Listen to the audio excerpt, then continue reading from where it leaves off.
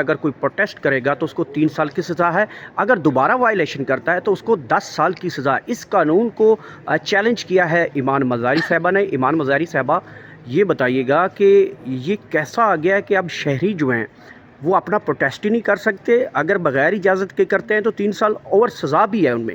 پہلے میں کلیریفائی کر دوں کہ یہ پٹیشن عورت مارچ اسلام آباد نے فائل کی ہے، میں ان کی کاؤنسل ہوں اس کیس میں، اور ہم نے جو اس قانون ہے اس کی کانسٹیٹیوشنالٹی کو چیلنج کیا ہوا ہے۔ دیکھیں، صرف سزاؤں کی بات نہیں ہے، لیکن سزا سے شروع کر لیتے ہیں کہ ایک کانٹرڈکشن آ گئی ہے اس قانون میں اور پاکستان پینل کوڈ میں۔ پاکستان پینل کوڈ کہتا ہے ان لافل اسمبلی کی سزا ہوگی 6 مہینے یا جرمانہ یا دونوں۔ یہ قانون کہتا ہے کہ آپ کو سیدھی 3 سال کی سزا ہے احتجاج اگر آپ اجازت کے بغیر کریں، اور اگر ری اوفینڈ کریں تو 10 سال کی سزا ہے۔ تو کون سی پینلٹی اپلائی ہوگی؟ آپ نے ایک کنفیوژن کریٹ کی ہوئی ہے، نمبر 1، اور ایک ہی اوفینس پر آپ نے 2 different sets of panel consequences attach کرنی ہیں۔ دوسری بات کہ جو آرٹیکل 16 ہے آئین کا، وہ واضح طور پر کہتا ہے کہ آپ کو رائٹ ہے، آپ کا یہ آئینی حق ہے، بنیادی حق ہے کہ احتجاج آپ پیسفلی کر سکتے ہیں، اس پر صرف ریزنیبل ریسٹرکشنز امپوز ہو سکتی ہیں۔ اب وہ ریزنیبل ریسٹرکشن یہ نہیں ہو سکتی کہ آپ ہر احتجاج کو لینتھی بیوروکریٹک پروسیجرز پر سبجیکٹ کریں کہ پہلے میں اپلیکیشن دوں گی ڈی سی کو، 48 آورز کا ایک منیمم ٹائم لائن پرووائڈ کیا گیا۔ مطلب ہے کہ آج رات کو حکومت آئینی ترامیم کہتی ہے ہم 3 دن میں لا رہی ہے، یا کوئی پرائس ہائک کر دیتی ہے، تو لوگ تو اکٹھے ہی نہیں ہو سکیں گے، کیونکہ 48 آورز کی منیمم لمٹ ہے جس میں آپ نے ڈی سی کو اپلیکیشن دینی ہے۔ دوسرا اس میں بہت بڑا فلا یہ ہے کہ سیکشن 4(6) اس قانون کا کہتا ہے کہ آپ کوئی بھی احتجاج نہیں کر سکتے ڈی سی کی پرمیشن کے بغیر، یعنی آئین میں جو دی گئی تحفظ ہے اسے آپ نے اوور ٹرن کر دیا ہے آرڈنری لیجسلیشن سے۔ آپ کے پاس آئینی ترامیم کے اگر نمبرز نہیں ہیں، اس کا یہ مطلب نہیں ہے کہ آپ آرڈنری لیجسلیشن سے آئین پر حملے کریں اور اسے تبدیل کرنے کی کوشش کریں۔ تیسری بات کہ اس میں ریمیڈیز دی گئی ہیں جو بالکل ہی ڈسیپٹیو ہے ریویژن اور اپیل کی۔ کیا ہے وہ ریمیڈی؟ کہ اگر میری احتجاج کی اجازت ڈی سی نہ دے تو میں جاؤں گی چیف کمشنر کے پاس، جو کہ ایگزیکٹو اتھارٹی ہے۔ 15 دن کا ٹائم اسے دیا گیا ہے، پھر 15 دن کا ٹائم دیا گیا ہے سیکرٹری منسٹری آف انٹیریئر کو۔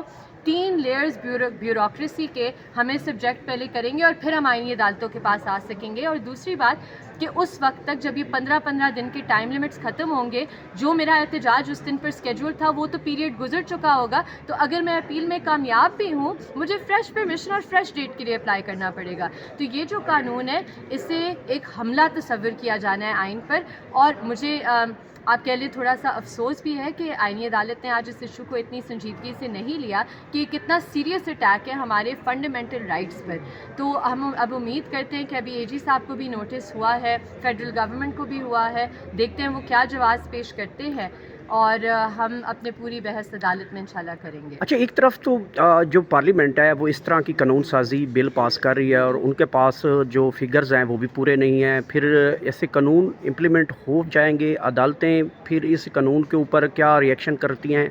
جب اکثریتی ان پہ خاص تعداد بھی موجود نہیں ہے تو کیا اس طرح کے قانون اور بل پاس کر کے قانون بنائے جا سکتے ہیں؟ دیکھیں، سب سے بیسک پرنسپل ایک جو آئینی عدالتوں نے سپریم کورٹ باز محمد کاکڑ کیس سے لے کر آج تک ملٹیپل کیسز ہیں، ججمنٹس ہیں، جو کہتی ہیں کہ جہاں آپ نے آئین میں دیے گئے کسی رائٹ کو وائلیٹ کیا ہے تو وہ قانون الٹرا وائریس ہوگا، وہ وائڈ ہوگا۔ اور یہ آپ اگر آرٹیکل 8 آئین کا پڑھیں، اس میں بھی لکھا ہوا ہے کہ آپ کے ریاست ایسی لیجسلیشن پارلیمان نہیں کر سکتی جو آئینی حقوق کو پامال کرے۔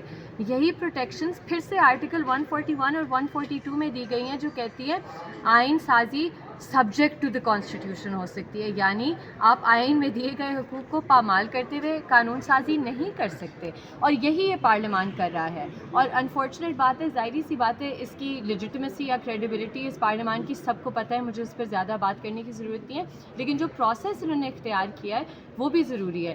2-3 دن میں انہوں نے ایک بل انٹروڈیوس کرا دیا سینٹ میں، سینٹ انٹیریئر کمیٹی نے اگلے دن اسے اپروو کر دیا، اس کے اگلے دن نیشنل اسمبلی میں پیش ہوا، پاس ہو گیا، اور چند گھنٹوں میں 6 ستمبر کو اسی دن جب نیشنل اسمبلی نے پاس کیا، پریزیڈنٹ نے اسینٹ دے دیا۔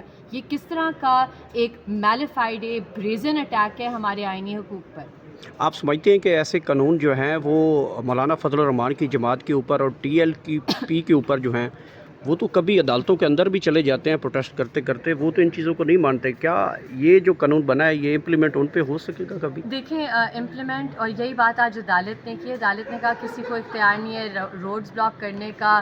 تو میں تو یہی بات عدالت میں بھی آج کرنے کی کوشش کری تھی کہ پولیس آرڈر موجود ہے، پاکستان پینل کوڈ موجود ہے. جب تحریک لبیک آیا تھا اور روڈ بلاک کی تھی اور ڈنڈے لے کر وہ آئے ہوئے تھے اور لوگوں کو پرووک کر رہے تھے اور انسلٹ کر رہے تھے اور ہیٹ سپیچ کر رہے تھے، کہاں تھی پولیس؟ آپ اس طرح کی قانون سازی سے انہیں روکیں گے؟ وہ تو آپ صرف جو پیسفل سٹیزنز ہیں ان پر اپنا روب جھاڑتے ہیں اس طرح کی قانون سازی کر کے. اور جو ٹی ایل پی ہے، دیکھیں یہ بہت ضروری ہے سمجھنا.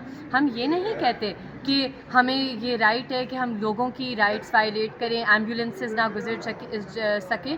ہم یہ نہیں کہتے کہ بچے اسکول نہ پہنچ سکیں. ایک بیلنسنگ آف رائٹس ہوتی ہے، لیکن بیلنسنگ کس طریقے سے ہوگی کہ ہر کیس میں یہ کیس اسپیسیفک ہوگا. آپ ایک بلینکٹ پروہیبیشن نہیں ڈال سکتے. لہٰذا یہ کہنا کہ جی آپ روڈ نہیں بلاک کر سکتے، تو ٹھیک ہے، ہم نے کب کہا ہے کہ ہم نے روڈ بلاک کرنی ہے؟ پولیس اپنی جو ذمہ داریاں ہیں انہیں ابزالو نہ کریں اپنے آپ کو اس سے. ان کی ذمہ داری ہے لا اینڈ آرڈر مینٹین کرنا. اس طرح کی قانون سازی کی بالکل ضرورت نہیں. Thank you.